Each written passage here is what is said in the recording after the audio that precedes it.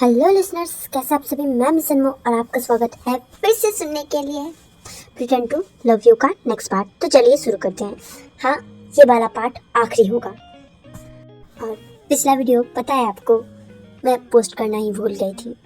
मतलब मैंने बना के रखा एंड उसके बाद 2 दिन बाद मैं वहाँ पर जाके उसके बाद मैंने पोस्ट करा। उसके बाद आप लोगों ने उसे देखा था। इस बार सच में शुरू करते हैं। तो चलिए शुरू करते हैं। कहानी की शुरुआत होती है वहीं से जहाँ पर आयुषी ने सिड को बता दिया था कि एक्चुअली में अयान की बॉडी को आयुष ने पोजेस कर रखा है एंड उसके बॉडी से एक्चुअली में आयुष उसके साथ बात कर रहा है, जिस वजह से आयुष वो भी जो है गुस्सा हो गया था एंड वो भी आयुषी को सुना देता है कुछ कुछ बातें। ये सारी बातें सुन के सिड जो है वो कन्विंस नहीं होता एंड उसे अभी भी ये लग रहा था कि अयान और आयुषी वो दोनों मिलकर झूठ बोल रहे थे।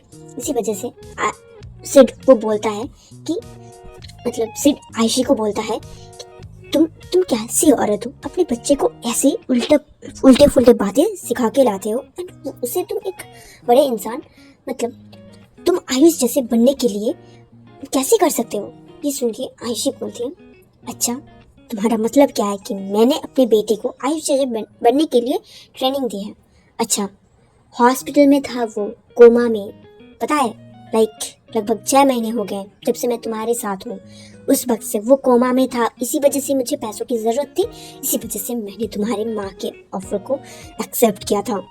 देखो तुम्हें सब कुछ पता चल गया है तो प्लीज़ मुझे यहाँ से जाने दो। मेरा बच्चा भी ठीक हो गया है और मुझे फ़िलहाल के लिए पैसों की ज़रूरत नहीं है। मैं यहाँ से चली जाऊँगी अपने बच्चे को लेके और तुम मुझे दोबारा से कभी भी नहीं देख पाओगे। प्लीज़ मैं तुम्हें अपना शकल भी नहीं दिखाऊंगी। प्लीज मुझे और मेरे बच्चे को छोड़ दो। दूसरी तरफ से आयुष वो बोलता है, पर तुम्हें तुम्हारी सास के लिए पैसे की जरूरत नहीं है क्या? पता है ना इसके गुंडों ने, मतलब मैं सोच भी नहीं सकता कि तुम ऐसे कर सकते हो। सिर्फ तुम्हारे हायर किए हुए उन गुंडों ने उस बेचारी उस औरत का सर फोड़ दिया उन लोगों ने। ये सुन के आयुषी वो बोलती है, वो मैं संभाल लूंगी, उसके लिए ज़्यादा पैसे नहीं लगेंगे, उनको उतना भी जो है ज़्यादा चोट नहीं लगी है और वैसे भी वो इतनी ज़्यादा बुद्धि नहीं है कि वो जल्दी ऐसे कुछ हो जाएगा उनके साथ। और वो ना मेरी सास है, अगर तुम्हें ध्यान देना चाहिए अपनी सास पे, क्योंकि वो मेरी फैमिली के पीछे पड़ी हुई है। प्लीज़ मुझे बचा लो उनसे। सिड देखो, ना ही मैं तुम्हारे साथ कभी रहना चाहती थी, ना ही मैं रहना चाहती हूँ। प्लीज़ मुझे छोड़ दो, बस डिवोर्स दे देना मुझे तुमसे एक फूटी कौड़ी भी नहीं चाहिए। अब तुम्हारी माँ ने मुझे जितने पैसे चाहिए थे उन्होंने दे दिए हैं, हॉस्पिटल के सारे बिल उन्होंने क्लियर कर दिए हैं। और हाँ, मेरी सास का इंजरी तुम्हारी वजह से हुई है तो तुम उनका बिल पे करोगे। उसके बाद मैं चली जाऊंगी यहाँ से। मैं अपना शकल भी नहीं दिखाऊंगी, ना ही मैं दिखाऊंगी, ना ही माँ दिखाएंगी, ना ही मेरा बेटा दिखाएगा। हम तीनों इस शहर से ही चले जाएंगे, बस मुझे यहाँ से जाने के लिए दो।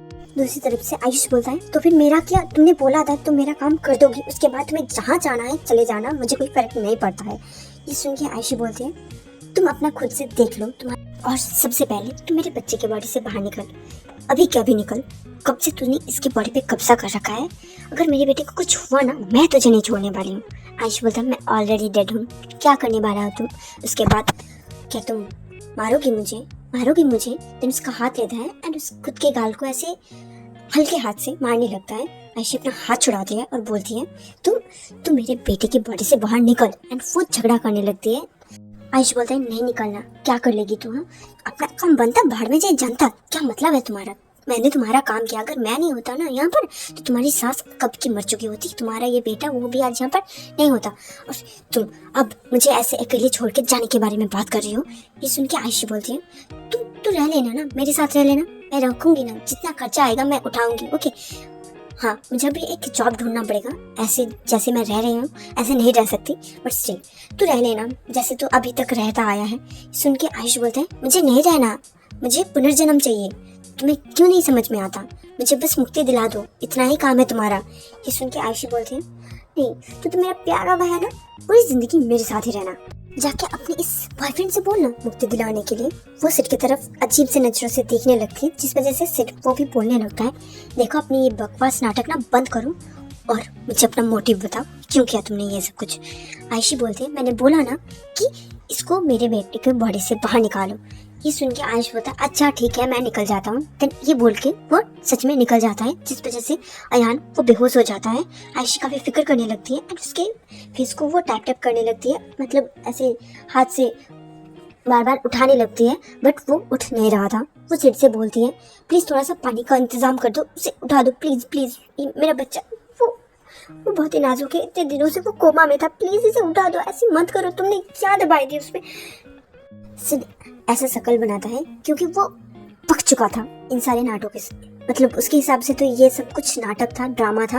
और वो अपने एक बॉडीगार्ड को बुलाता है, मतलब बाउंसर्स जो भी थे वहाँ पर उसके गुंडे, उसको बोलता है कि पानी लाने के लिए। देन पानी ले आया जाता है। देन उसके फेस पे चींटे मारा जाता है एंड कुछ पिलाया भी जाता है, जिस वजह से अयान वो थोड़ा बहुत होश में आने लगता है। और वो इतने दिनों बाद अपनी माँ को ऐसे देख के वो उसके गले लग जाता है एंड बोलता है मम्मा हम यहाँ पर कहाँ पर है, प्लीज मुझे यहाँ पर नहीं रहना, मुझे घर जाना है, आपके साथ दादी के साथ रहना है जैसे हम पहले रहते थे।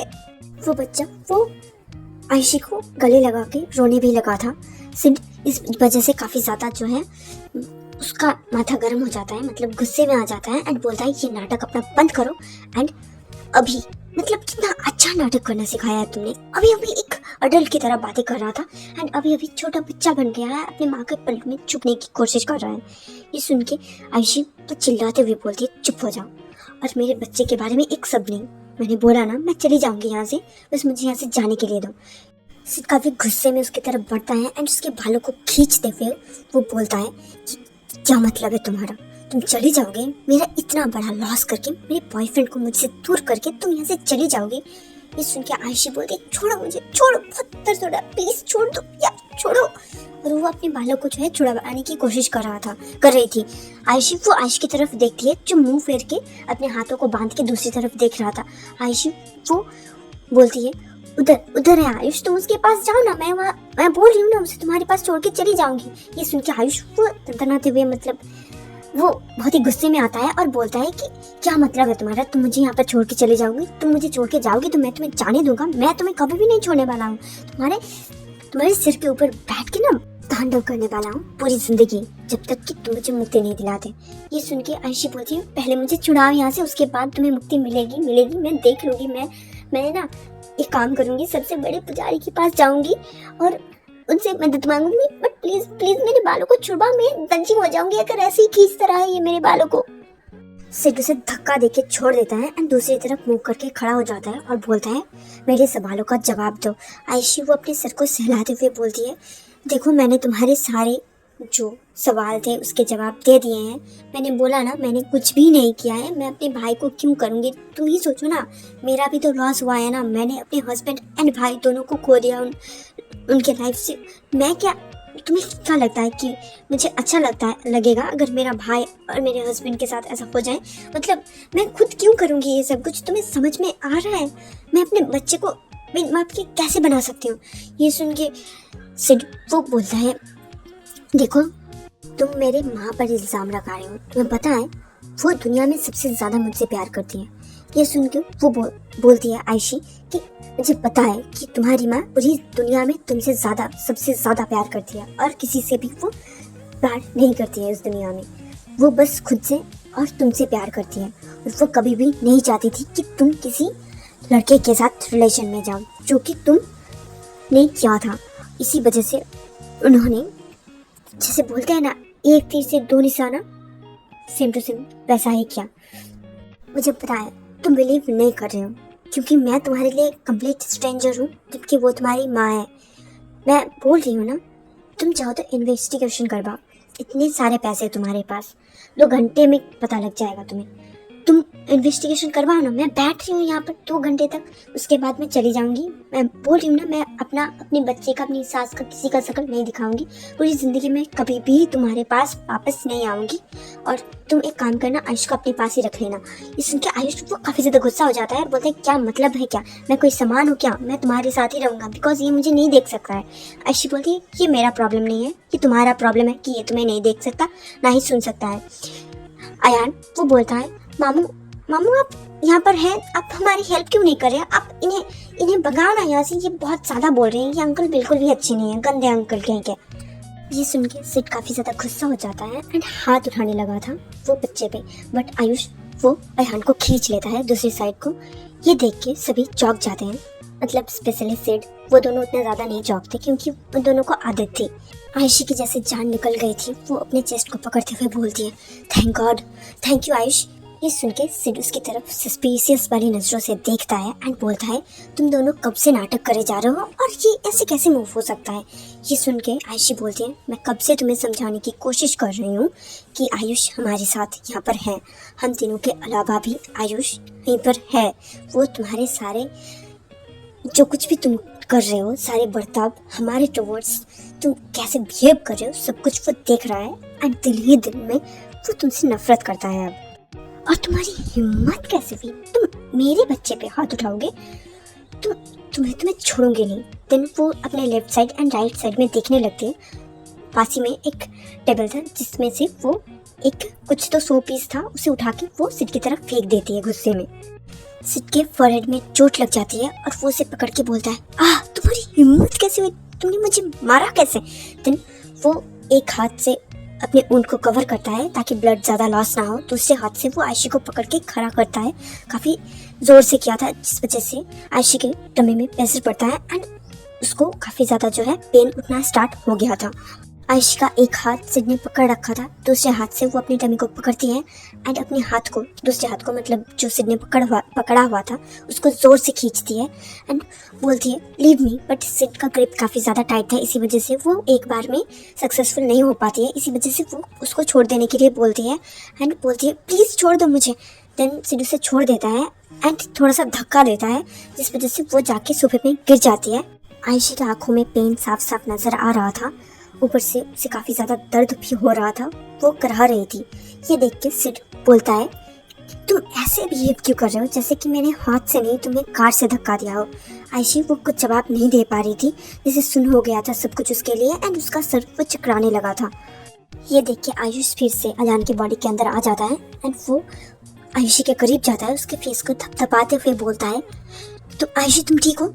आयशी जो बस करा रही थी और बोल रही थी, प्लीज़ मुझे बहुत ज़्यादा दर्द हो रहा है, हॉस्पिटल ले चलो प्लीज़ प्लीज़ हॉस्पिटल ले चलो। और वो अपने पेट को पकड़े हुए थे उसने एंड वो रोने लग गई थी लिटरली। ये देख के सिड को अभी भी वो ड्रामा लग रहा था। आयुष वो सिड की तरफ घूमता है एंड बोलता है, सिड प्लीज़ इसे हॉस्पिटल ले चलो, इसकी कंडीशन पे ठीक नहीं लग रही है। सिड ये सब देख के बोलता है, तुम माँ बेटे मिलके फिर से ड्रामा करने लगे, हॉस्पिटल ले जाऊँ, इतना भी कुछ लगा नहीं होगा, बस सोफे में ही गिरी है, ज़मीन पे गिरती फिर भी लगता कि हाँ चोट लग गई है, बस काउच में गिरने से किसको इतना ज़्यादा दर्द होता है। आयुष वो बार बार टेक करने लगता है कि आयुष को हॉस्पिटल लेके चलो वरना उसकी कंडीशन ख़राब हो जाएगी, बट सिड उसका बात नहीं मानता है। और आयुष को ब्लीडिंग होना स्टार्ट हो गया था, जो उसके कपड़े में भी स्टेन लगना स्टार्ट हो गया था। जब सिड ये चीज़ नोटिस करता है तब वो भी घबराने लग गया था। आयुष जो थपथपा के उसे उठाने की कोशिश कर रहा था, उसे जगा के रखने की कोशिश कर रहा था, जिसमें वो थोड़ा बहुत ही सक्सेसफुल था, मतलब थोड़ा बहुत ही जगी हुई थी आयुषी। मोस्ट ऑफ मतलब ऐसा बोलो कि 90% अनकॉन्शियस थी, बट जब बात कर रही थी हाँ हूँ करके भी जवाब दे रही थी। और उसके आगे वो थोड़ी बहुत खुली हुई थी। आयुष उसे जगा के रखने की कोशिश करे जा रहा था, बट वो उसको लग रहा था कि फेल हो जाएगा। बट जब ब्लड देखता है सिड, वो भी घबरा जाता है एंड वो आयुषी को गोद में उठाता है एंड हॉस्पिटल के लिए लेके जाता है। वो तीनों कार में बैठे हुए थे एंड आयुषी के मतलब सिड के गोद में आयुषी थी एंड आयुष अयान की बॉडी पे वो वहाँ पर साइड में बैठा हुआ था, काफ़ी वरीड लग रहा था और वो बार बार आयुषी को बुलाए जा रहा था एंड वो ड्राइवर को बार बार बोल रहा था कि जल्दी चलाओ, हॉस्पिटल जल्दी पहुँचना है, उसकी कंडीशन बहुत ज़्यादा ख़राब लग रही है। सिड जो पहले तो थोड़ा बहुत वरीड था, बट अभी वो थोड़ा सा शांत हो गया था एंड वो आयुष की तरफ देख रहा था कि ये सच में काफ़ी ज़्यादा मेच्योर बिहेव कर रहा है एंड तब वो काफ़ी ज़्यादा मेच्योर बिहेव कर रहा था जब जो टाइम पीरियड में आयुष उसके बॉडी पे नहीं था। वो पूछता है आयुष से, क्या ये सच बोल रहे हैं तुम दोनों कि तुम एक्चुअली में आयुष हो। आयुष बोलता है, मैं सच बोल रहा हूँ कि एक्चुअली में मैं आयुष हूँ जिसने अयान की बॉडी को पोजेस कर रखा है एंड मैं सिर्फ उसी की बॉडी को पोजेस कर सकता हूँ और आयुषी और अयान दोनों ही मुझे देख सकते हैं बिना किसी बॉडी को पोजेस करे हुए। आयुषी मुझे सुन सकती है एंड अयान वो मुझे टच भी कर सकता है, मैं भी उसे टच कर सकता हूँ। इसी वजह से उस वक्त जब तुम मारने के लिए उसे हाथ उठा रहे थे ना, तो मैंने ही उसे खींचा था। सिड बोलता है, अच्छा मतलब मेरा बॉयफ्रेंड वो मेरी करंट वाइफ के लिए इतना ज़्यादा वरीड हो रहा है, ये सुन के आयुष एक कोल्ड सा लुक देता है सिड को और बोलता है, यहाँ पर तुम्हारा बॉयफ्रेंड तुम्हारी वाइफ के लिए वरीड नहीं हो रहा है, यहाँ पर एक भाई अपनी बहन के लिए वरीड हो रहा है। तुम्हारी वाइफ होने से पहले वो मेरी बहन है, थी और रहेगी। ये सुन के सिड बोलता है, अच्छा। मेरा आयुष वो काफ़ी ज़्यादा पॉसेसिव था, वो कभी भी नहीं चाहता था कि मैं किसी और की तरफ आँख उठाकर भी देखूं, तो वो अचानक से मेरी वाइफ को एक्सेप्ट कैसे कर लेगा। आयुष काफ़ी गुस्से में लग रहा था और बोलता है, अभी आर्ग्यू करने का वक्त नहीं है, उसे हॉस्पिटल में एडमिट करो, उसके बाद तुम्हें जो सवाल जवाब करना है तुम कर लेना, मैं कहीं नहीं जा रहा हूँ, उसके बाद मैं चला जाऊँगा, तुम्हें छोड़ के चला जाऊँगा पूरी लाइफ के लिए। सिड बोलता है, देखो इतनी ज़्यादा सेंटिमेंटल बातें करने की ज़रूरत नहीं है, तुम रहो ना रहो उससे मुझे कोई फ़र्क नहीं पड़ता। जिससे फ़र्क पड़ता था वो तुम्हारी माँ ने और तुम्हारे बाप ने मिलके उसे मार दिया। तुम्हारे पापा ने उसका जानबूझ के एक्सीडेंट किया था। आयुष बोलता है, अच्छा उसमें वो भी मर गया था, पर मेरी सोल अभी भी इस दुनिया में है और उसकी सोल नहीं है। उसने ऐसा क्यों किया होगा, कुछ तो मोटिव रहा होगा ना।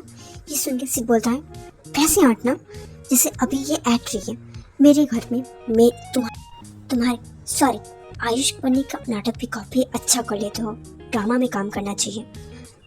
मेरा मतलब था आयुष की जगह लेके मेरे साथ रहना, एक लग्जूरियस लाइफ जीना, और वैसे ही तुम पे भी पैसे उड़ाना चाहेगी।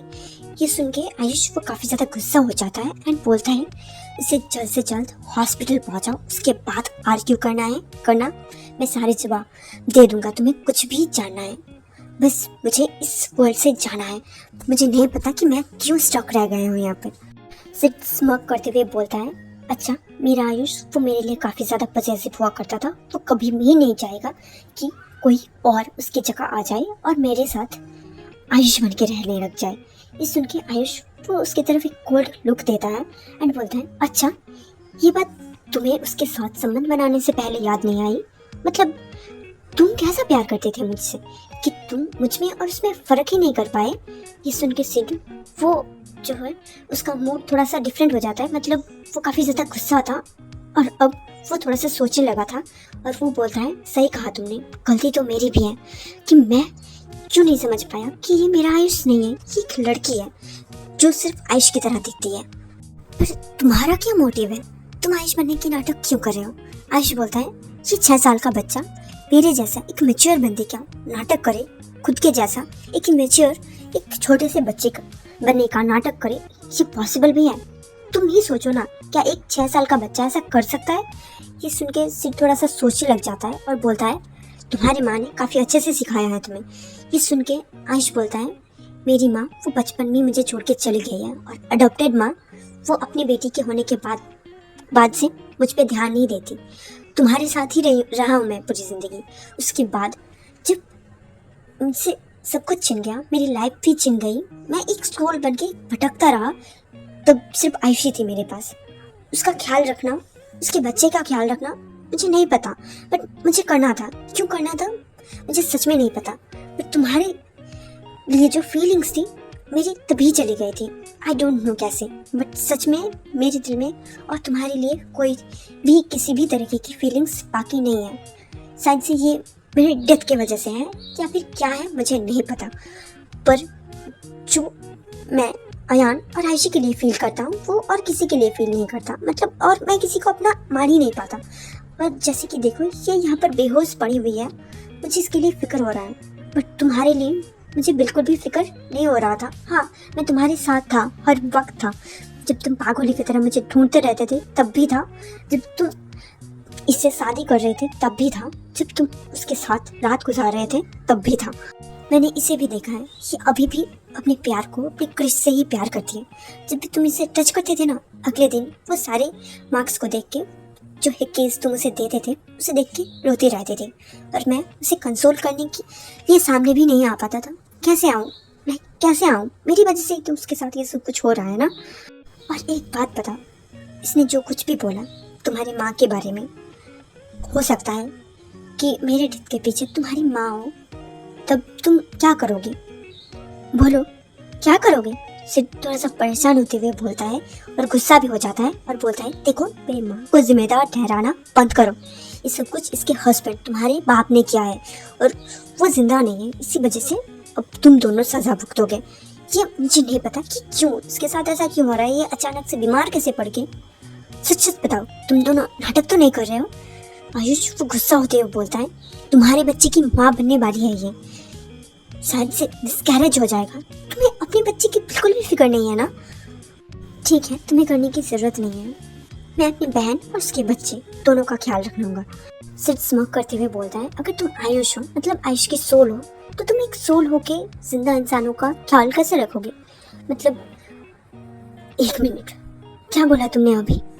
ये प्रेग्नेंट है मेरे बच्चे से। आयुष बोलता है, फॉर गॉड सेक हॉस्पिटल ले चलो उसे, जल्द से जल्द हॉस्पिटल की तरफ जाने की कोशिश करो। ये सभी डिस्कशन, ये सभी आर्ग्यू बाद में भी करी जा सकती है। तभी गाड़ी स्टॉप हो जाती है, हॉस्पिटल के सामने आ जाती है। ये देख के आयुष वो बाहर की तरफ देखता है एंड बोलता है, हॉस्पिटल आ गया है, प्लीज इसे बाहर निकालो एंड एडमिट करो प्लीज। सिड अंदर से काफी ज्यादा कंफ्यूज था, खुद को कूल दिखाने की कोशिश कर रहा था। वो उसे उठा के ले जाता है, हॉस्पिटल में एडमिट करता है। देन कुछ देर तक उसका इलाज चलता है। आयुष अभी भी बेहोश थी, बट डॉक्टर वो सिड को बुलाते हैं। सिड अंदर घुसने से पहले इजाजत लेता है, देन अंदर जाने के बाद बैठ जाता है। डॉक्टर वो पूछते हैं, क्या आप उनके फैमिली मेंबर हो? ये सुन के सिड थोड़ा सा सोचता है एंड सोचता है कि उसके बारे में सब कुछ पता करने के लिए फैमिली मेंबर बोलना ज़रूरी है, तो वो बोलता है, हाँ फैमिली मेंबर हूँ। ये सुन के डॉक्टर पूछते हैं, क्या आप उसके हस्बैंड हो? ये सुन के सिड थोड़ी देर सोचने लगता है एंड वो नहीं बोल देता है। देन डॉक्टर पूछते हैं, तो फिर आप कौन है उसके? तो वो बोलता है, मैं उसके हस्बैंड का ब्रदर हूँ। ये सुन के डॉक्टर पूछते हैं, उनके हस्बैंड कहाँ पर है? ये सुन के सिड फिर से सोचने लग जाता है एंड वो फिर से याद करता है जब आयुषी ने बोला था कि उस दिन सिड और आयुषी दोनों ने ही अपने भाई और अपने पार्टनर को खोया था। ये सुन के वो बोल देता है कि उनकी डेथ हो चुकी है। ये सुन के डॉक्टर बोलते हैं, आई एम सॉरी। देन वो कंटिन्यू करते हैं कि मैं आपकी माँ के साथ कई बार बात कर चुका हूँ इस बारे में, वही हमेशा आती हैं, आपको इससे पहले कभी नहीं देखा। ये सुन के सिड बोलता है, हाँ बिकॉज मैं यहाँ पर नहीं था और अभी अचानक से उनकी तबीयत ख़राब हो गई, तो मैं उन्हें हॉस्पिटल में एडमिट करने के लिए लाया था। पर आप बताइए ना मुझे कि क्या हुआ है, मैं मॉम के साथ सब कुछ डिस्कस कर लूँगा। ये सुन के डॉक्टर बोलते हैं कि आपकी माँ वो आती है हर बार, मैंने उनको कई बार बोला है कि प्रेगनेंसी आयुषी के लिए काफ़ी डेंजरस हो सकती है। उनकी फर्स्ट प्रेगनेंसी काफ़ी ज़्यादा डिफ़िकल्ट थी। देखिए, मैंने उस प्रेगनेंसी को हैंडल नहीं किया था, किसी और डॉक्टर ने किया था, बट हालत क्रिटिकल अभी भी है और उनको प्रेगनेंसी टर्मिनेट करने के लिए भी मैंने सजेस्ट किया था, बट उन्होंने पता नहीं क्यों बच्चे को फिर भी रखा। पर अभी शायद से ये पॉसिबल नहीं है। ये सुन के सिड पूछता है, क्या पॉसिबल नहीं है? डॉक्टर बोलते हैं, इस बच्चे को रखना। सिड पूछता है, तो आप क्या सजेस्ट करेंगे कि प्रीमेच्योर ही डिलीवरी करवाया जाए? ये सुन के वो बोलते हैं, हम कोशिश कर रहे हैं इसी बात की, बट बच्चे को बचाना वो काफ़ी मुश्किल है। देन सिड वो बाहर निकल जाता है। आयुष की सोल सब कुछ सुन रही थी, उसी कमरे में था। देन वो बाहर आता है एंड फिर से वो अयान की बॉडी को पजेस करता है एंड सिड के पास आता है और पूछता है, क्या डिसाइड किया है तुमने? तुम मेरी बहन को बचाओगे या फिर अपने बच्चे को? ये सुन के सिड वो हैरान होते हुए वो देखने लगता है अयान की तरफ और वो पूछता है, क्या बोलने की कोशिश कर रहे हो तुम? आयुष बोलता है, देखो ज़्यादा बनने की कोशिश मत करो, मुझे पता है डॉक्टर ने क्या बोला है, बिकॉज मैंने वहाँ पर था, मैं मौजूद था, तो प्लीज़ मुझे बताओ तुम क्या करने वाले हो? देखो प्लीज़ मेरी बहन की जान को रिस्क में मत डालो, क्योंकि इस बच्चे का और कोई नहीं है। और तुम्ही ने अभी बोला कि मैं एक सोल हूँ, मैं कुछ नहीं कर सकता, मैं उनका ख्याल नहीं रख सकता। इस बच्चे की दादी मतलब पूजा आंटी वो भी काफ़ी एजेड हो चुकी है, उनकी हालत भी ख़राब है। तुम्हारे ऊपर से तुम्हारे गुंडों ने उनके सिर पे मतलब बहुत ज़ोर से मार करी थी, इसी वजह से वो अभी भी हॉस्पिटलाइज है। और अगर आयशी भी ऐसे ही रहेगी तो इस बच्चे का क्या होगा? तुम ख्याल रखने वाले हो? ये सुन के सिड वो बैठ जाता है एंड कुछ सोचने लगता है और याद आता है उसे डॉक्टर ने अभी अभी क्या कहा कि उसकी माँ को सब कुछ पता है, बट फिर भी उन्होंने कुछ भी एक्शन नहीं लिया। देन वो आयुष की तरफ देखती है, मतलब अयान की तरफ देखता है एंड पूछता है, क्या तुम दोनों जो कुछ भी बोल रहे थे वो सब कुछ सच है? मतलब क्या तुम आयुष हो? एंड आयुषी वो सच में प्रेग्नेंट है मेरे बच्चे से? ये सुन के आयुष बोलता है, तुम क्या अभी भी बिलीव नहीं कर रहे हो हम पे? देखो प्लीज़ बिलीव करो या फिर ना करो, पर मेरे बहन के साथ गलत मत करना प्लीज़, इस बच्चे के साथ गलत मत करना। इन्होंने सच में किसी के साथ कभी भी गलत नहीं किया, बट हमेशा इनके साथ ही गलत होता है। इन्होंने कभी भी हैप्पीनेस फील नहीं किया इस बच्चे ने। तुम्हें पता है ये बच्चा कब हुआ था? उस एक्सीडेंट वाली रात को। और इसने कभी भी अपने पापा को अपनी आंखों से नहीं देखा। मैं तो फिर भी लकी हूँ, मैंने अपने पेरेंट्स को देखा था जिंदा, वो हमारे साथ थे, बट अनफॉर्चुनेटली हम बिछड़ गए उनसे। वो भगवान के पास चले गए एंड मैं पता नहीं क्यों नहीं जा पा रहा हूँ। मुझे जाना है, बस इसीलिए मैं चाहता था कि तुम आयशी से क्लोज हो जाओ और मुझे भूल जाओ। अगर तुम मुझे भूल जाओगे तो शायद से मैं यहाँ से जा सकूँगा, बिकॉज तुम जितने स्टेप आयशी के करीब जाते हो उतना ही एक स्टेप मेरे लिए बढ़ जाता है उस दुनिया में जाने का। सिर्फ वो रोने लग गया था, वो अपने आंसुओं को पोंछने लगता है एंड बोलता है, अच्छा अगर ऐसी बात है तो आयशी तो मेरी बेबी से प्रेग्नेंट है ना, तो तुम्हें तो अभी तक यहाँ से चले जाना चाहिए था, तुम अभी भी यहाँ पर कैसे हो? ये सुन के आयुष बोलता है, मुझे नहीं पता, और वो सिड के बगल में बैठ जाता है एंड उसे हग कर लेता है और बोलता है, देखो खुद को शांत करो, तुम एक प्रॉमिस करोगे मुझसे, तुम मेरे बहन का, अयान का और क्रिस के माँ का सबका ख्याल रखोगे, बिकॉज मुझे पता है कि मैं जल्द ही यहाँ से जाने वाला हूँ। साइंस से कोई और रास्ता मुझे मिल ही जाएगा, बट मैं इस दुनिया में परमानेंटली नहीं रहने वाला हूँ। सिड बोलते हैं, तुम अगर ऐसा ही चाहते हो तो ठीक है, मैं वादा करता हूँ मैं उन सब का ख्याल रखूँगा। आयुष बोलता है, पर एक मिनट, और वो छोड़ देता है उसे और बोलता है, जैसा कि आयशी ने बोला था कि ऐसा हो सकता है कि इन सबके पीछे तुम्हारी माँ हो।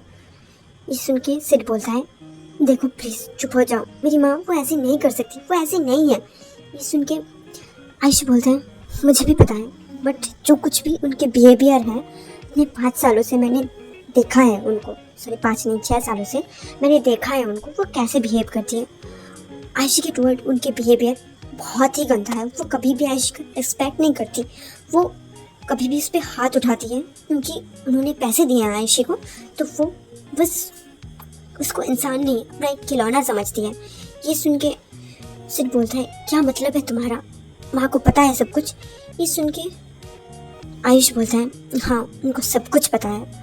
और जब क्रिस का फ्यूनरल था, मतलब उसका आखिरी दिन था, उसका दाह संस्कार से पहले, तब वो गए हुए थे उनके घर एंड वहीं पर आयशी को उन्होंने पहली बार देखा, जो कि हूबहू मेरी तरह दिखती थी।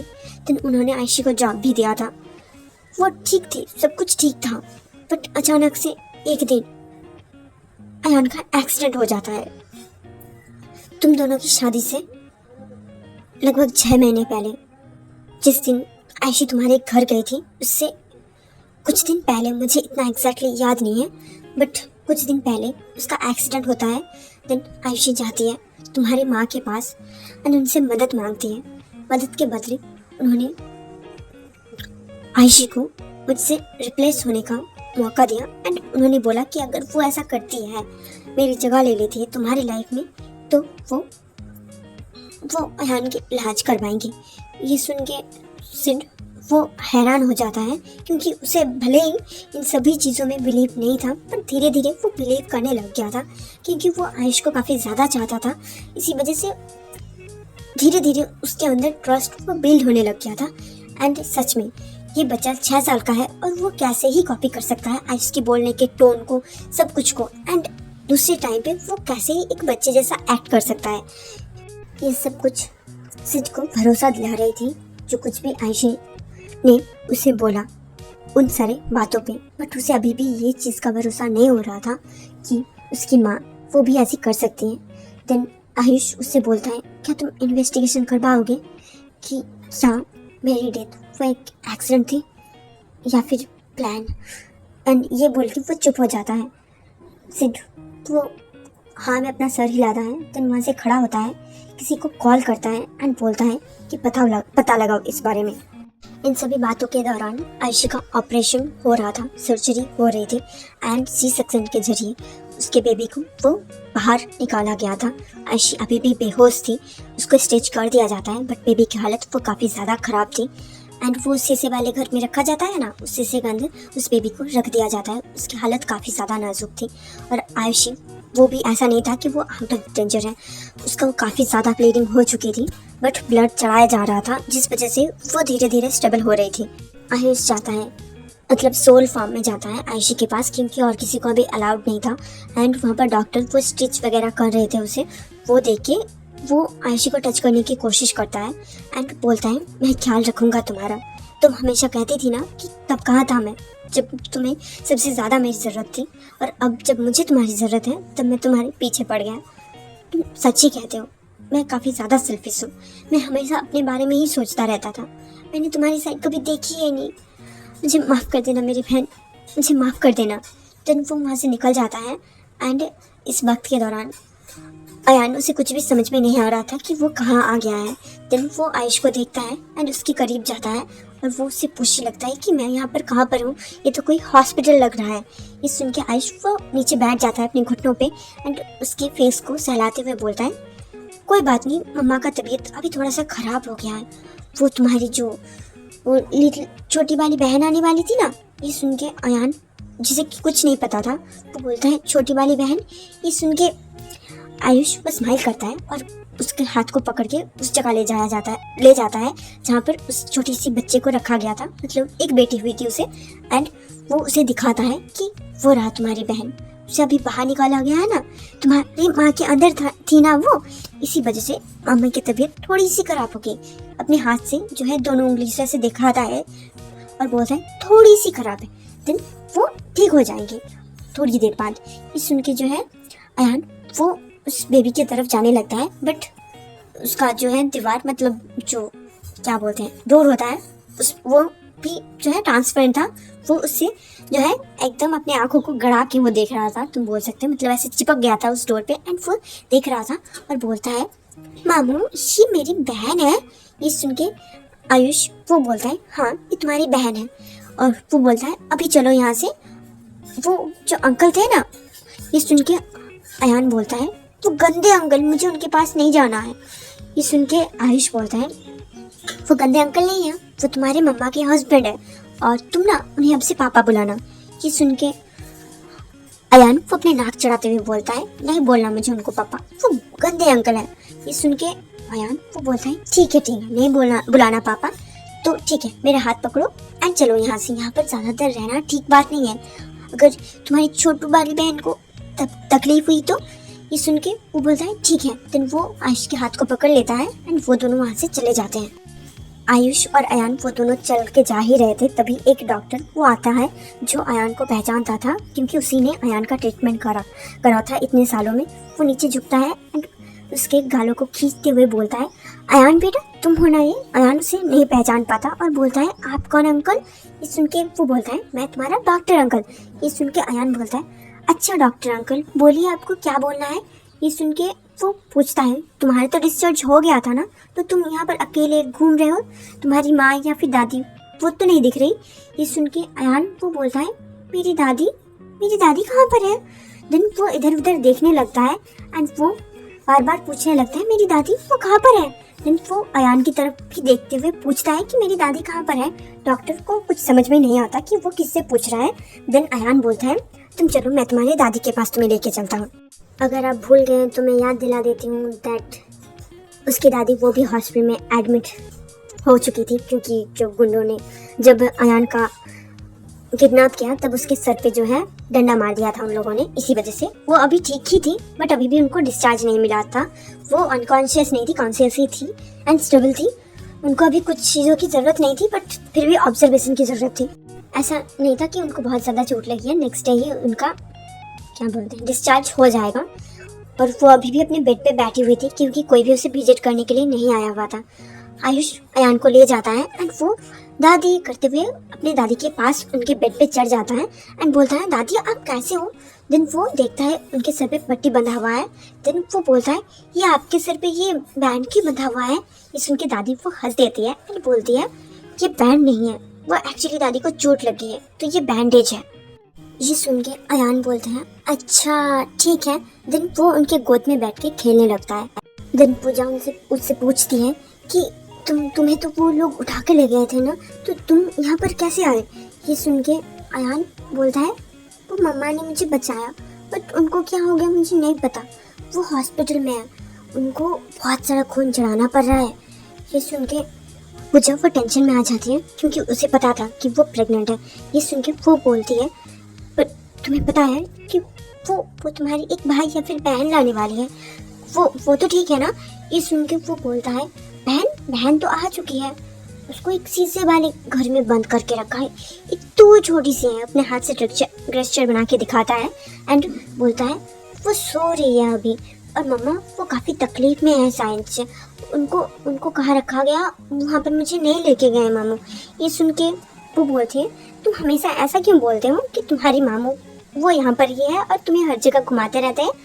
अयान बोलता है क्योंकि वो सच में घुमाते हैं, वो मुझे बहुत जगह घुमाने ले जाते हैं और वो कभी कभी मेरे सपने में भी आते हैं एंड मुझे तब बहुत सुंदर सुंदर जगह ले जाते हैं जहाँ पर बहुत सारे फूल होते हैं।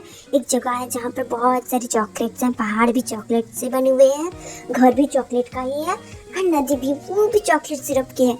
ये सुन के वो दादी जो है वो हंस देती है, मतलब पूजा हंस देते हैं और बोलती है अच्छा ठीक है तुम्हारे मामू तुम्हें घुमाते हैं। हमें सिर हिला देता है, बोलता है मेरे मामू वो मुझे बहुत अच्छी जगह घुमाते हैं, बहुत अच्छे हैं मेरे मामू, पर पता नहीं क्यों मेरे और मम्मा के अलावा कोई और उन्हें देख ही नहीं पाता। ये सुन के पूजा वो फिर से हंस देती है एंड वो उसको बच्चे की जो है इमेजिनेशन सोच रही थी कि हाँ वो छोटे बच्चा है एंड वो शायद से इमेजिन करता है अपने मामू को, उसने पिक्चर्स में देखे हुए हैं। दूसरी तरफ हम देखते हैं सिड को, वो किसी को फ़ोन लगाता है एंड पूछता है कहाँ तक प्रोग्रेस हुई है। दूसरी तरफ का बंदा वो बोलता है कि हम देख रहे हैं, हम आपको सारे डिटेल्स आज रात तक दे देंगे। अभी जो है शाम का वक्त हो गया था। देन वो इधर उधर देखने लगता है क्योंकि अयान वो यहाँ पर नहीं था तो उसे जो है परेशान होने लगता है एंड वो ढूंढने लगता है अयान कहाँ पर है। वो ढूंढते ढूंढते वहाँ पर आ जाता है क्योंकि सिड ने कभी भी पूजा को नहीं देखा हुआ था, इसी वजह से वो थोड़ी देर तक तो गौर से उसे देखने लगता है। देन वो करीब जा रहा था, बट करीब जाते हुए वो सुन रहा था कि अयान वो कैसे हंस रहा है अपनी दादी के साथ एंड बार बार उनसे बातें कर रहा है, उनके साथ सारी बातें जो है वो बोले जा रहा है। जब वो उनके करीब जाता है तब पूजा नोटिस करती है और पूछते हैं तुम कौन हो। देन उसे याद आता है कि ये तो आयशी का अभी वाला हस्बैंड है, मतलब वो आनंद एंड सुवर्णा का बेटा है। देन वो पूछती है तुम सुवर्णा जी के बेटे हो राइट? ये सुन के सिड वो थोड़ा सा चौंकते हुए बोलता है आपको कैसे पता? ये सुन के वो बोलते हैं मुझे कैसे पता, एक्चुअली ये मेरा पोता है एंड जब ये पैदा होने वाला था ना तब हमें बहुत से पैसों की ज़रूरत थी, तब उन्होंने हमारी मदद करी थी, तो मुझे पता है उनके बारे में। और मैं तुम्हारी शादी में भी तो गई हुई थी ना, तब मैंने देखा था तुम्हें। और वो हड़बड़ाहट में वो बोले जा रही थी, किसी भी तरीके से कैसे जानती हूँ वो बस उसे समझाना चाहती थी। देन सिड बोलता है सच सच बताइए आप और मेरे पापा, आप दोनों के बीच कुछ था ना? ये सुन के पूजा वो थम जाती है एंड बोलती है क्या बोलना चाहते हो तुम बेटा? ये सुन के जो है सिड वो बच्चे की तरफ देखने लगता है, मतलब अयान की तरफ, एंड बोलता है बच्चा मेरे पास आ। देन वो हाथ बढ़ाता है बट अयान वो अपनी दादी को कस के गले लगा लेता है एंड बोलता है ये बैड अंकल है, ये मुझे उठा के लेके गए थे और मम्मा को भी मारा, इसी वजह से उनको बहुत सारा खून आया और उनकी तबीयत खराब हो गई। ये सुन के पूजा वो चौंक जाते हैं एंड बोलती है तुम आयशी पे हाथ उठाते हो? ये सुन के सिड वो कुछ जवाब नहीं दे पाता एंड वो बोलता है नहीं ऐसा कुछ बात नहीं है, ये बस कुछ गलत फहमी है, बेटा तू मेरे पास आ। ये सुन के जो अयान है वो और भी ज़्यादा कस के पकड़ लेता है अपनी दादी को और बोलता है नहीं जाना, ये गद्दे अंकल है, मुझे इनके पास नहीं जाना। आयुष सारी सिचुएशन को समझता है। देन वो फिर से अयान की बॉडी के अंदर चला जाता है। देन वो जो अभी अपनी दादी को पकड़ के रो रहा था, नहीं जाने के लिए जिद कर रहा था, वो अचानक से जाने के लिए रेडी हो जाता है। देन जब सिड हाथ बढ़ाता है देन वो उसके गोद में चढ़ जाता है। देन वो उसे उठाता है एंड उस जगह से, मतलब उस वार्ड, जनरल वार्ड था, वहाँ से निकलने के बाद आयुष बोलता है तुमने कुछ पता लगाया? किसकी वजह से ये सब कुछ हुआ था। ये सुन के सिड वो हैरान हो जाता है और बोलता है थोड़ी देर पहले तो तुम रो रहे थे। ये सुन के आयुष बोलता है वो मैं नहीं था, वो अयान था। सिड बोलता है अच्छा ओके, मैंने डिटेक्टिव को पीछे लगाया है, वो रात तक सब कुछ बता देंगे, उन्होंने बोला है। तो तुम क्या चाहते हो, मैं क्या करूँ? अभी इस बच्चे को मेरे साथ अपने घर ले चलो। ये सुन के आयुष बोलता है नहीं, उसकी कोई ज़रूरत नहीं है, तुम उसे अपनी दादी के पास छोड़ दो, वो रख लेंगी। सिड उसको छोड़ देता है। देन अपने घर के लिए वो चला जाता है। घर जाने के बाद वो फ्रेश होता है। देन नीचे आता है, डिनर कर लेता है बिकॉज रात हो चुकी थी, अभी तक नहीं किया तो बहुत ज़्यादा लेट हो जाएगा और उसे भूख भी लगी थी। देन वो थोड़ी देर तक टीवी देखता है। उसकी माँ का वेट कर रहा था वो, और आयुष भी वहीं पर ही था। वो उसके साथ बैठा बैठा टीवी देख रहा था। उसको याद आता है एक मोमेंट जब वो दोनों साथ में थे, ऐसे ही टीवी देखा करते थे। अपने अलग से अपार्टमेंट पे वो रहा करते थे। वो ऐसे ही सिड के कंधों पे अपना सर रखने लगा था, बट वो कुछ फील ही नहीं कर पाता। बट फिर भी वो ऐसे एक्ट करता है कि वो फील कर पा रहा है। देन वो ऐसे ही उसके कंधे पे अपना सर रख देता है। देन उस डिटेक्टिव का कॉल आता है एंड वो सारे जो कुछ भी उसके पास प्रूफ थे वो उसे भेज देता है। उससे सिड को कुछ खास ज़्यादा तो पता नहीं चलता, उसे ऑलरेडी सब कुछ मालूम था। बट उसे पता चलता है कि क्रिश उस सब कुछ से पहले उसकी माँ से मिला था। सच में ही वो सुगन्ना से मीट करने के लिए आया था एंड मीट भी किया था। उसके बाद वो वहाँ से गया था। अभी बहुत सारे साल बीत चुके थे। उसके घर में सीसीटीवी कैमरा था, बट उसका फुटेज निकालवाना अभी काफ़ी मुश्किल लग रहा था। उसे ढूंढना पड़ेगा कि कहाँ पर है।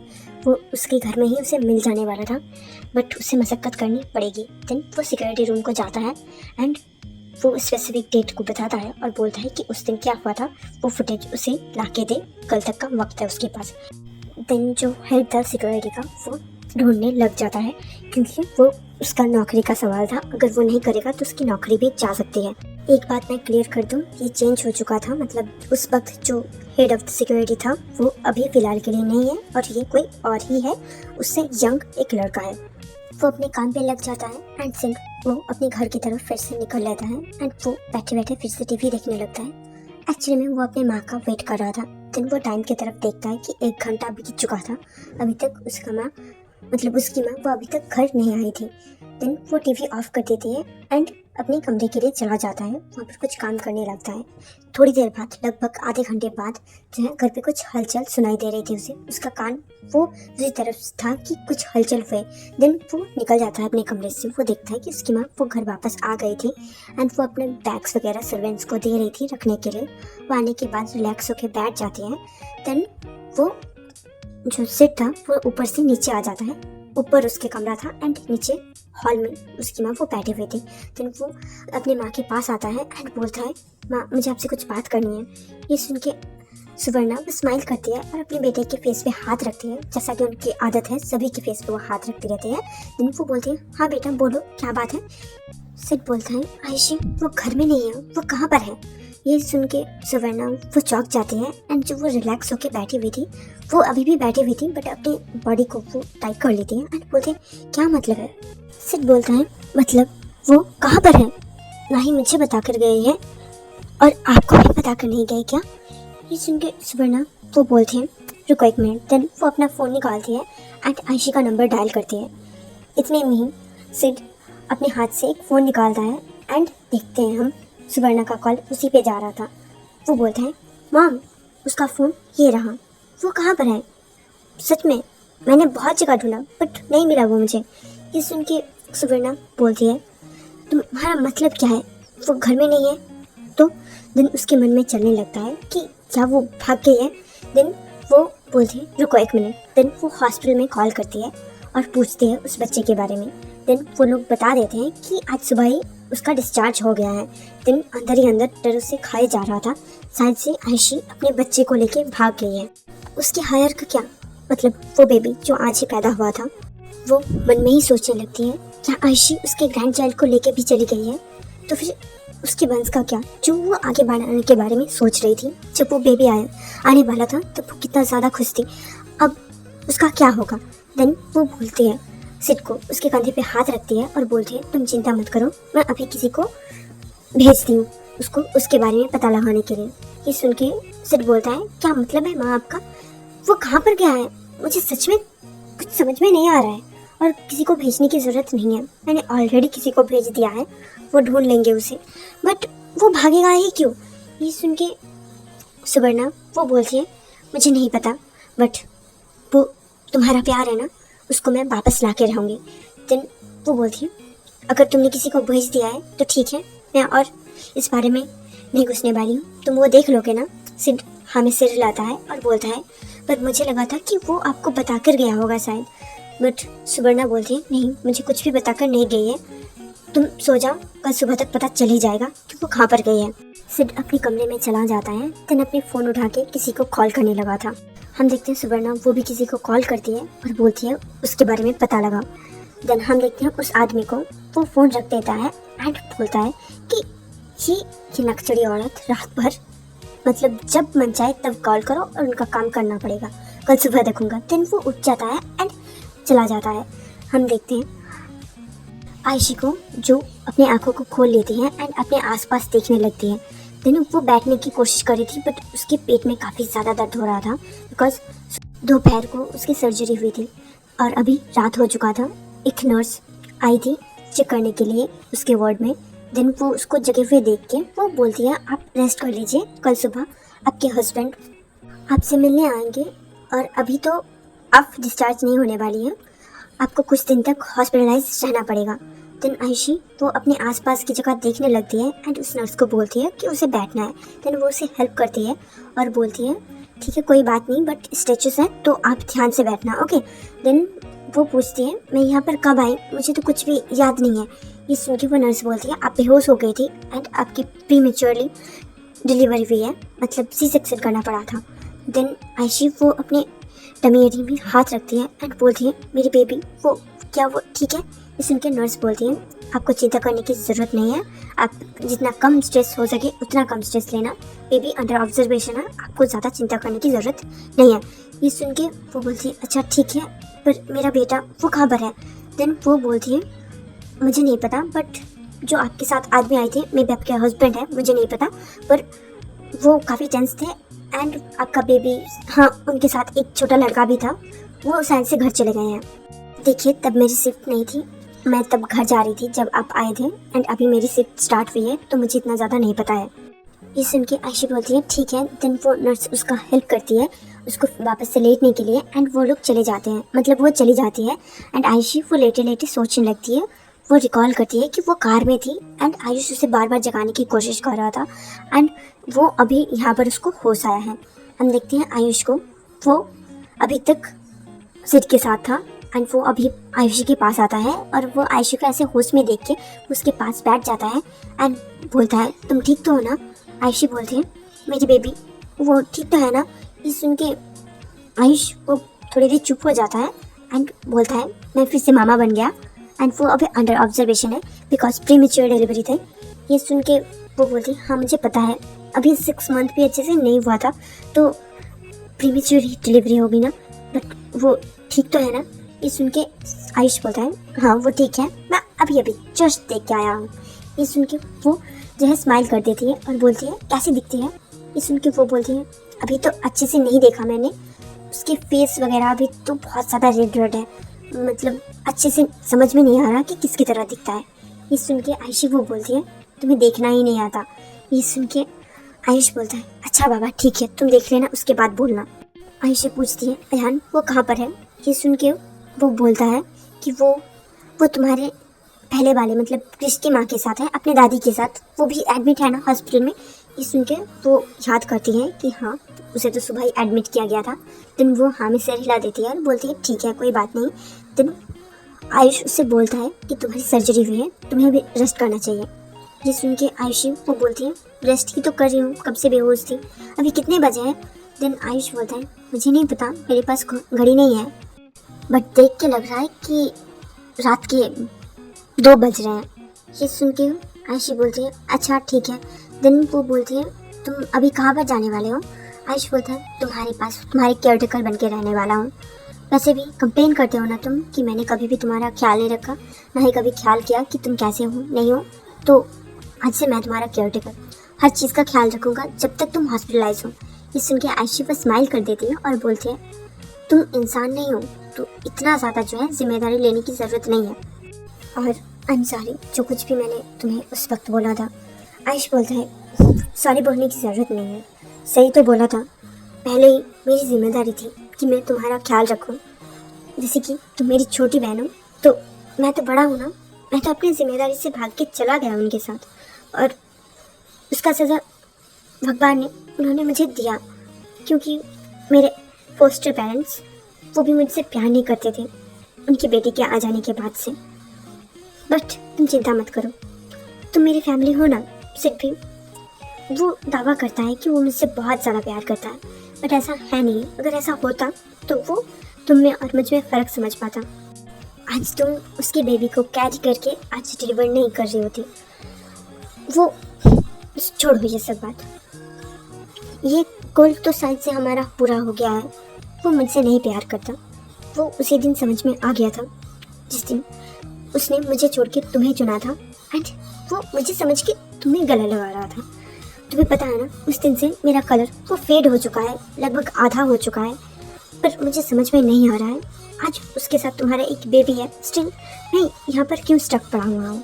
ये सुन के आयशी बोलते हैं देखो, मेरे दिल में बहुत दिनों से जो है ये शक है, बट मैं तुम्हें कभी बता नहीं पाया।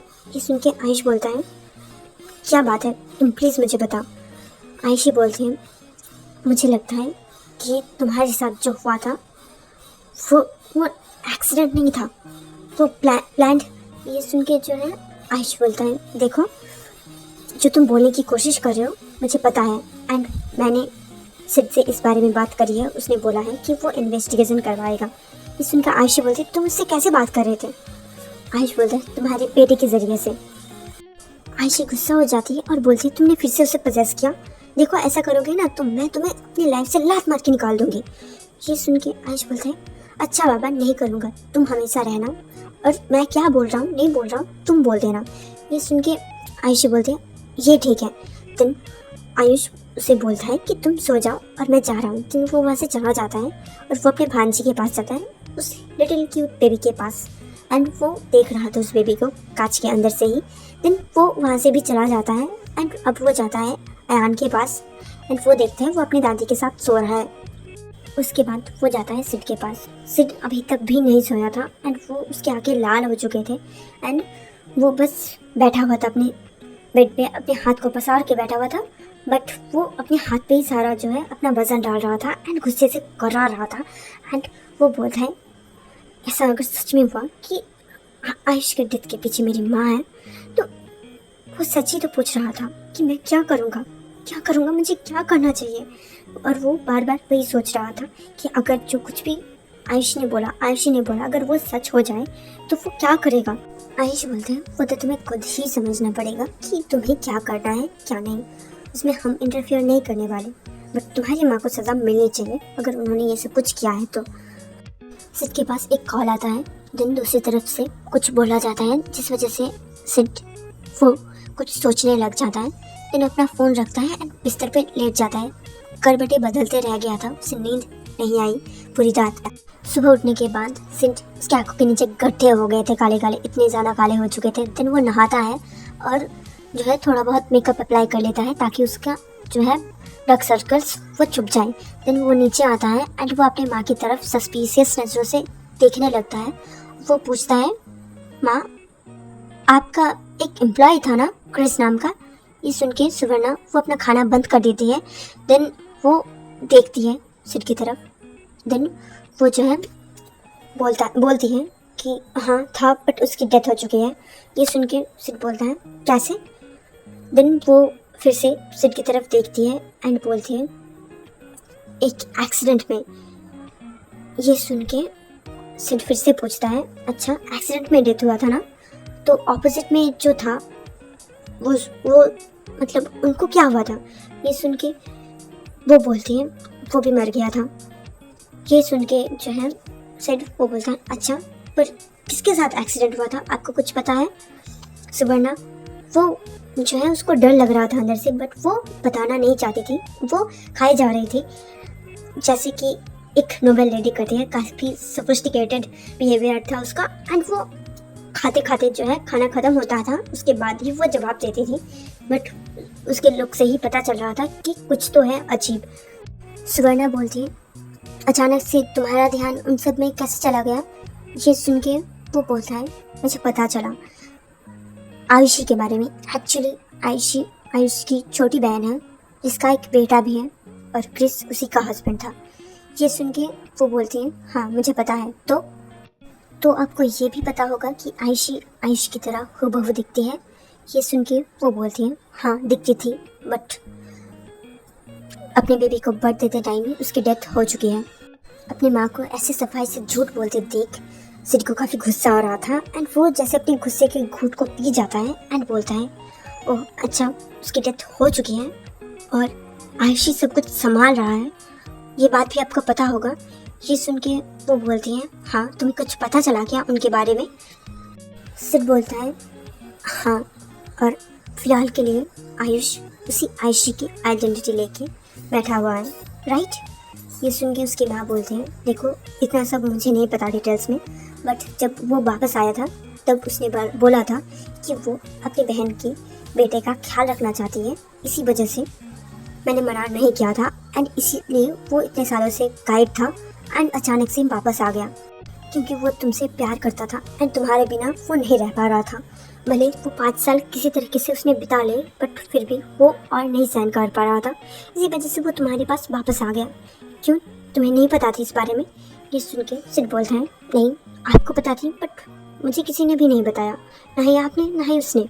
ये सुन के वो बोलते हैं, अच्छा ठीक है कोई बात नहीं, अब पता चल गया ना, अब उस बारे में छोड़ो और आयुष कहाँ पर है, क्या उस बारे में तुम्हें कुछ पता चला? ये सुन के वो अपनी माँ के सर पे एकदम बम फोड़ता है एंड बोलता है, हाँ उसका मिसकैरेज हो गया है कल। ये सुन के वो खड़ी हो जाती है। अब उसके खाने जो उसके मुंह पे थे वो किसी तरीके से निकलती है एंड बोलती है, व्हाट डू यू मीन? ये सुन के सिड बोलता है, प्रेग्नेंट था ना वो? आप एक बात मुझे बताएंगे कि एक लड़का, एक बायोलॉजिकली लड़का कैसे प्रेग्नेंट हो सकता है? ये सुन के सुवर्णा वो बोलती, वो मुझे कैसे पता होगा, तुम्हें डॉक्टर से पूछना चाहिए। वो प्रेग्नेंट है एंड उसका मिसकैरेज हो गया, मतलब तुम्हारा बच्चा वो इस दुनिया में नहीं है।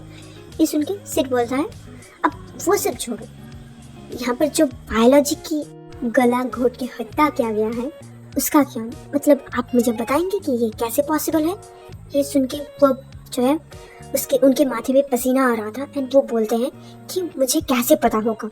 ये सुन के सिड खड़ा हो जाता है एंड अपनी माँ की तरफ गुस्से में बोलते हुए अपने टेबल पे जो है उसके हाथ में जो भी था चाकू छुरी काटा वो ऐसे पटकते हुए टेबल पे बहुत जोर से हाथ मारते हुए बोलता है, आपको नहीं पता था एक्चुअली में वो आयुष नहीं आयुषी है एंड आपको ये भी पता था कि वो प्रेग्नेंट है, फिर भी आपने मुझसे एक बार भी बताना जरूरी नहीं समझा, बिकॉज क्या मैं इतने दिनों से घर से बाहर था। ये सुन के उसकी माँ वो बोलती है, तुम क्या कहना चाहते हो? सिड बोलता है, मैं ये कहना चाहता हूँ कि आपने मेरे साथ धोखा किया है, आप ऐसा कैसे कर सकती है, मैं आपका बेटा हूँ। ये सुन के सुवर्णा बोलती हूँ, और कोई रास्ता छोड़ा था क्या तुमने? सुन के सिड बोलता है, क्या मतलब है आपका? सुवर्णा बोलती हूँ, देखो मैं ऐसा नहीं करना चाहता था बट जिस एक्सीडेंट में जिसकी डेथ हुई है उसी एक्सीडेंट में आयुष की भी डेथ हो गई है।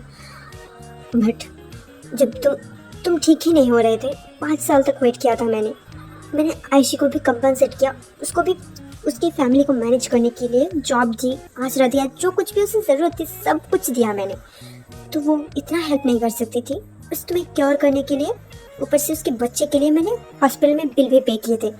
देखो मैं तुम्हें सब कुछ सच सच बताना चाहती थी बट तुम उस हालत में नहीं थे। जब तुम्हें पता चला था कि आयुष इस दुनिया में नहीं है तब तुम पागल हो चुके थे, 5 साल तक अपने कमरे में बंद रहे हो तुम। ये सुन के सिड बोलता है, तो क्या अब एक लड़की को ऐसे ही, मतलब मुझे घिन आ रही है खुद से कि मैंने आयुष के अलावा भी किसी और को टच किया है।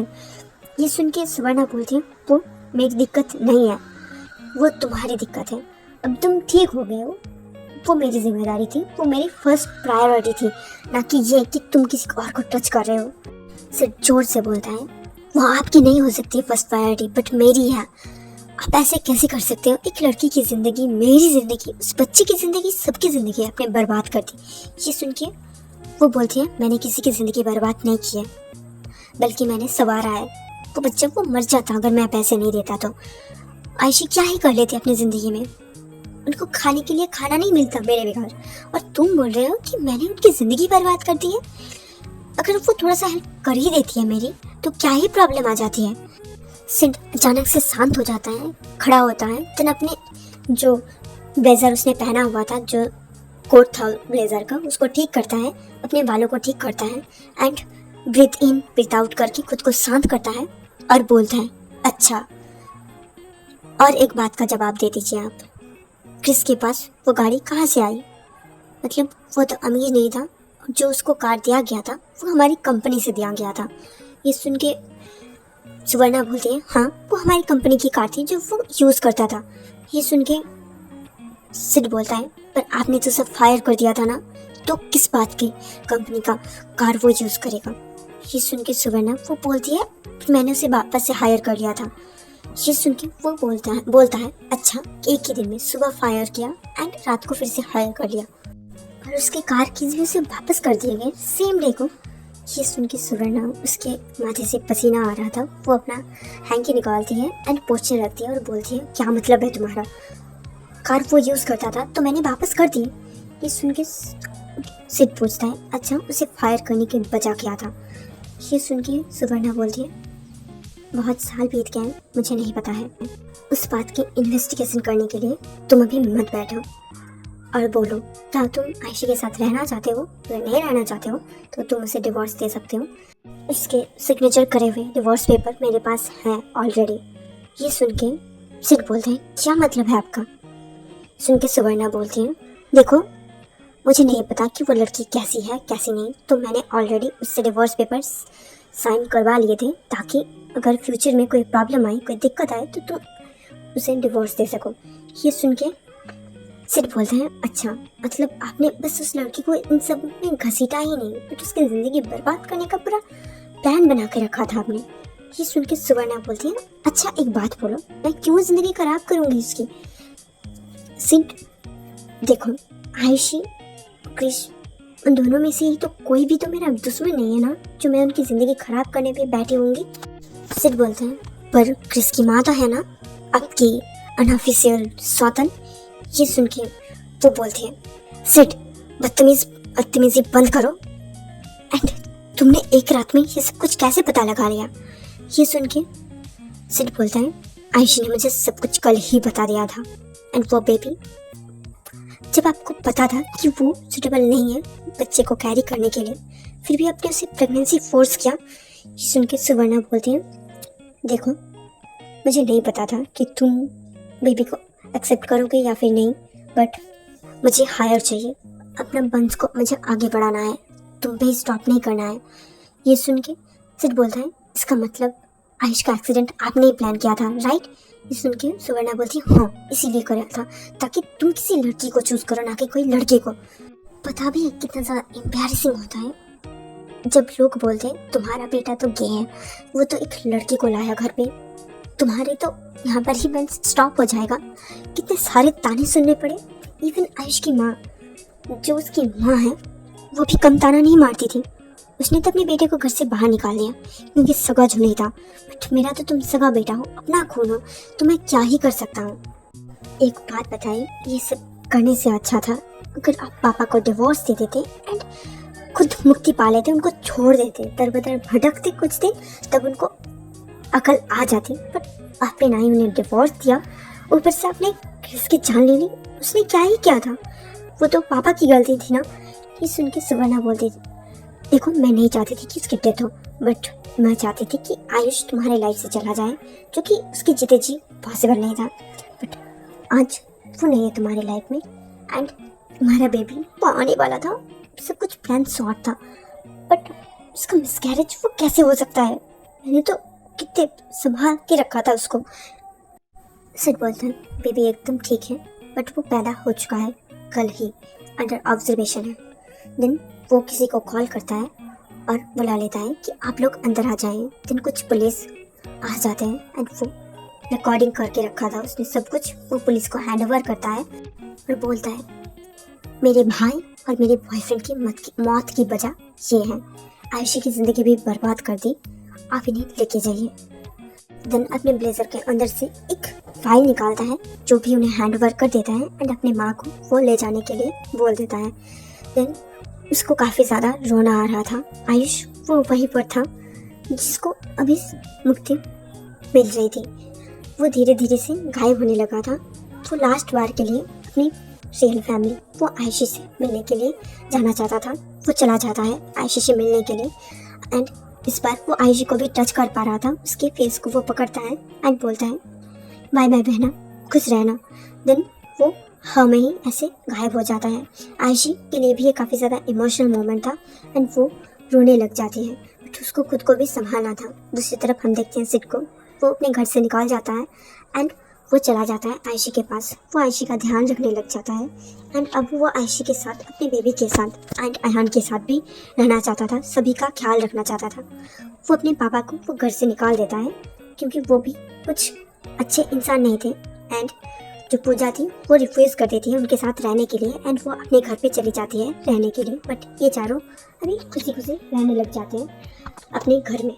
ऐसा नहीं था कि वो पूजा के साथ कांटेक्ट में नहीं थे या फिर सुवर्णा के साथ कांटेक्ट में नहीं थे, बट सुवर्णा वो जेल में थी एंड कभी कभी ये लोग मिलने जाते थे। पूजा के साथ भी सेम था, बट वो इनके साथ नहीं रहना चाहती थी। आयशी ने कई बार बोला था उन्हें कि आप हमारे साथ आके रहिए, बट वो नहीं माने और उनकी डिग्निटी सबसे ज़्यादा उनके लिए प्यारी थी, जो उनको मजबूर कर रही थी कि वो उनके साथ ना रह के अपने घर में अकेले ही रह जाए।